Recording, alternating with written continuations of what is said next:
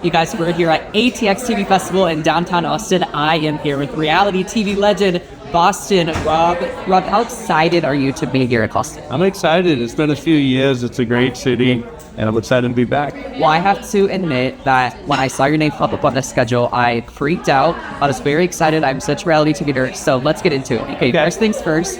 Survivor Season 50 just around. So I'm curious to your general thoughts about this season. You know, there was a lot of random twists, a lot of celebrity cameos. What do you think of it? Because the game's a lot different now than when you first competed years ago. It definitely is different. Like, overall, I thought it was an awesome season. It was epic. They crushed the ratings.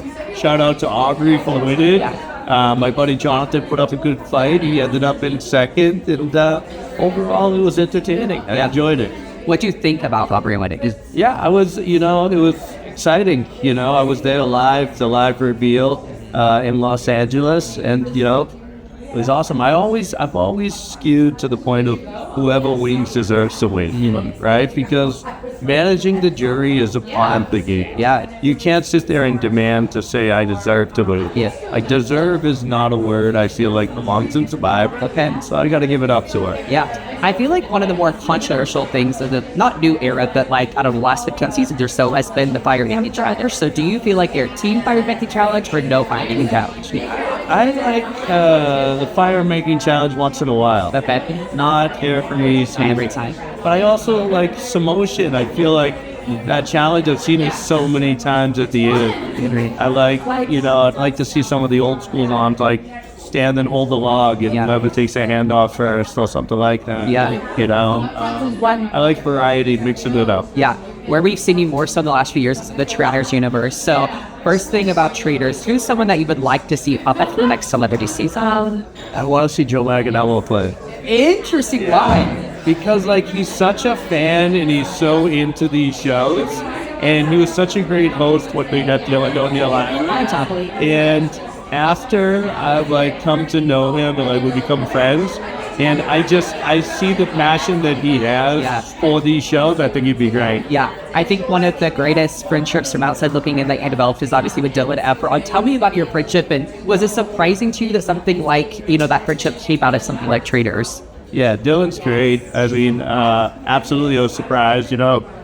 At my age, I didn't feel like I'm going into these things to find new friends, but every time I do one of these shows, I feel like I come out with another one. Yeah. We just wrapped season 1 of Everything's a Competition.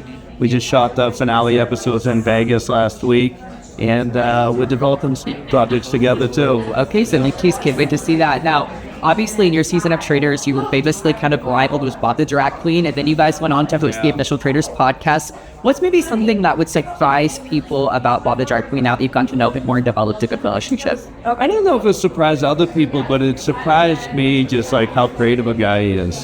He really is. He has a killer sense of humor. He's really smart. He's quick-witted. I knew that from the show. But he also has a real loving side to his personality. Yeah. He invited me to his show on Broadway, Moulin Rouge.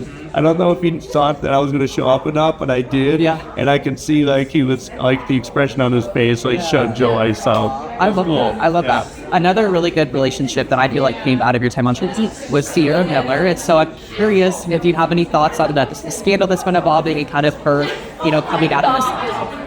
I just think Sierra is an incredible person. Yeah. She's super strong. She's opinionated. She can stand on her own 2 feet. She always has been. Yeah. And I think she'll come out of this much better for Noah now. Yeah. And moving forward. Absolutely. And lots of good things ahead for her too. Yep. Yeah. On Dancing with the Stars, so we can't wait to see her. Yeah, of course. Okay, so obviously you've done just a plethora of reality TV shows and other TV shows as well. So is there any one particular right now in your life that you'd be most interested in returning to play or doing? I mean, right now, I'm not chopping at the bit to do, to return to competition. I'm enjoying doing the show with Dylan and developing this other project. And it's summertime, so I'm going to spend some time with the kids.